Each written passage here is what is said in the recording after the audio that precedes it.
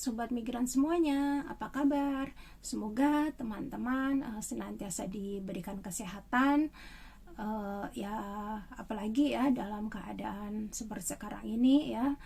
Untuk di Hong Kong kasus positif itu masih termasuk tinggi ya, juga dihadapkan dalam musim dingin kayak gitu. Jadi sebisa mungkin teman-teman itu selalu menjaga kesehatan gitu. Oke. Untuk hari ini saya ingin sedikit memberikan informasi ya. Beberapa hari ini banyak sekali teman-teman itu yang bertanya gitu kan. Ada beberapa teman dari Indonesia ya yang positif gitu dan bingung apakah harus isolasi mandiri di rumah majikan atau bagaimana gitu, atau tersedia nggak sih fasilitas dari pemerintah Hong Kong gitu bagi orang-orang yang positif COVID gitu ya.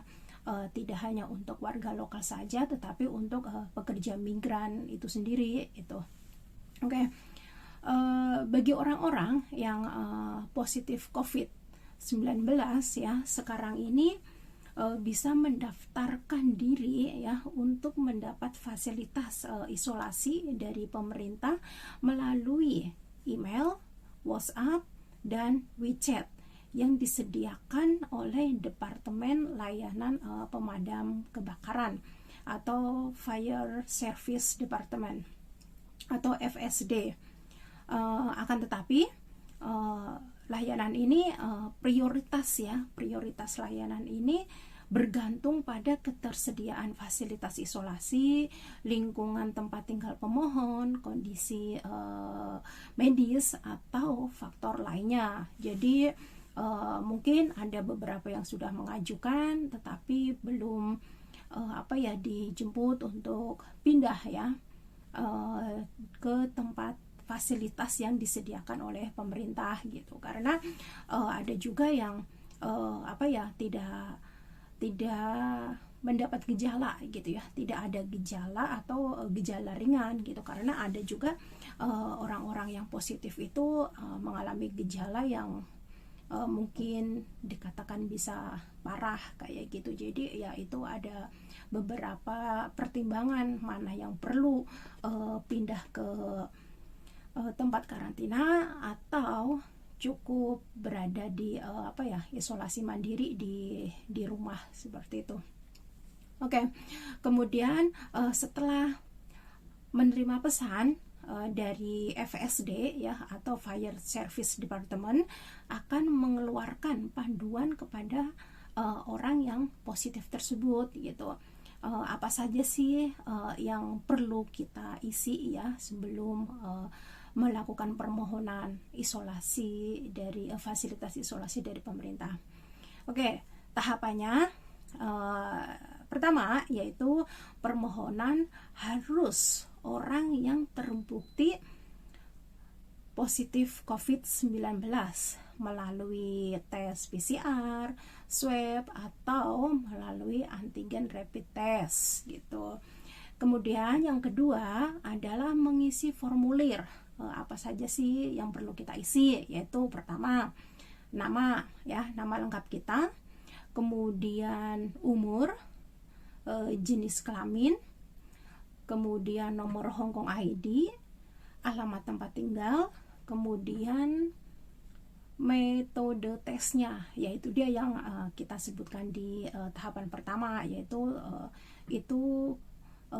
orang-orang yang positif itu tesnya itu menggunakan antigen rapid test atau sudah PCR atau swab kayak gitu. Itu harus disebutkan, harus ditulis gitu ya.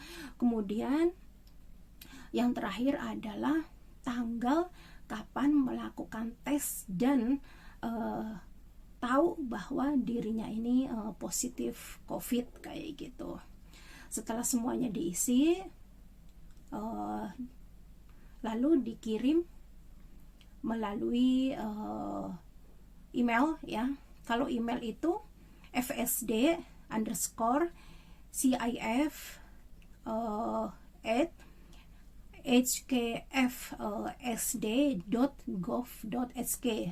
Kemudian untuk WhatsApp itu ke 52331833. Untuk akun WeChat itu FSD_CIF. Nanti saya akan sertakan ya di deskripsinya gitu, untuk email, nomor WhatsApp dan WeChat. Jadi supaya teman-teman itu lebih mudah lebih mudah jika ingin meminta bantuan gitu.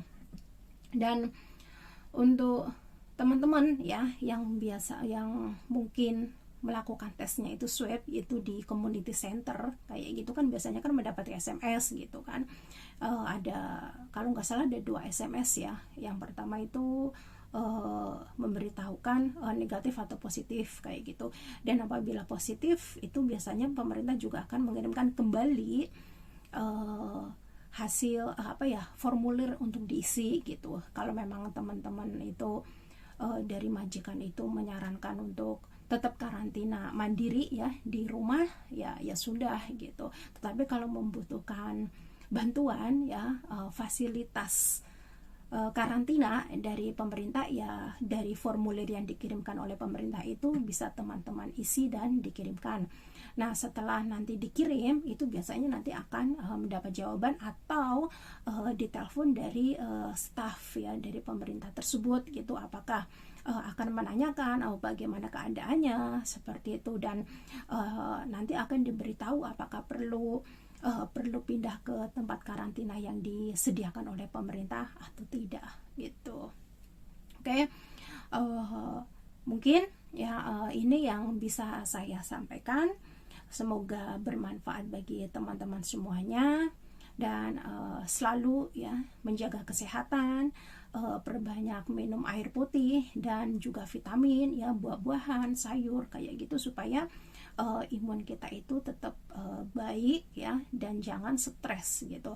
Apabila kita stres pastinya tubuh itu akan down, dan itu bisa merugikan diri kita juga gitu. Jadi ya baik-baiklah jaga kesehatan kita diri sendiri seperti itu, dan selalu mengingatkan kepada sesama teman-teman kita untuk tetap menjaga kesehatan. Dan kalau libur kayak gitu ya usahakan jangan bergelombol ya, apalagi pemerintah kan juga mengeluarkan peraturan tidak boleh berkumpul lebih dari 2 orang kayak gitu. Apabila lebih dari 2 orang akan dikenakan denda 5.000 Hong Kong dollar kayak gitu. Jadi buat teman-teman yang diperbolehkan libur ya, gunakan waktu sebaik mungkin untuk istirahat atau jalan-jalan seperti itu, refreshing, supaya kita itu juga tidak penat setelah 6 hari bekerja di rumah majikan dan mungkin kurang istirahat juga kayak gitu.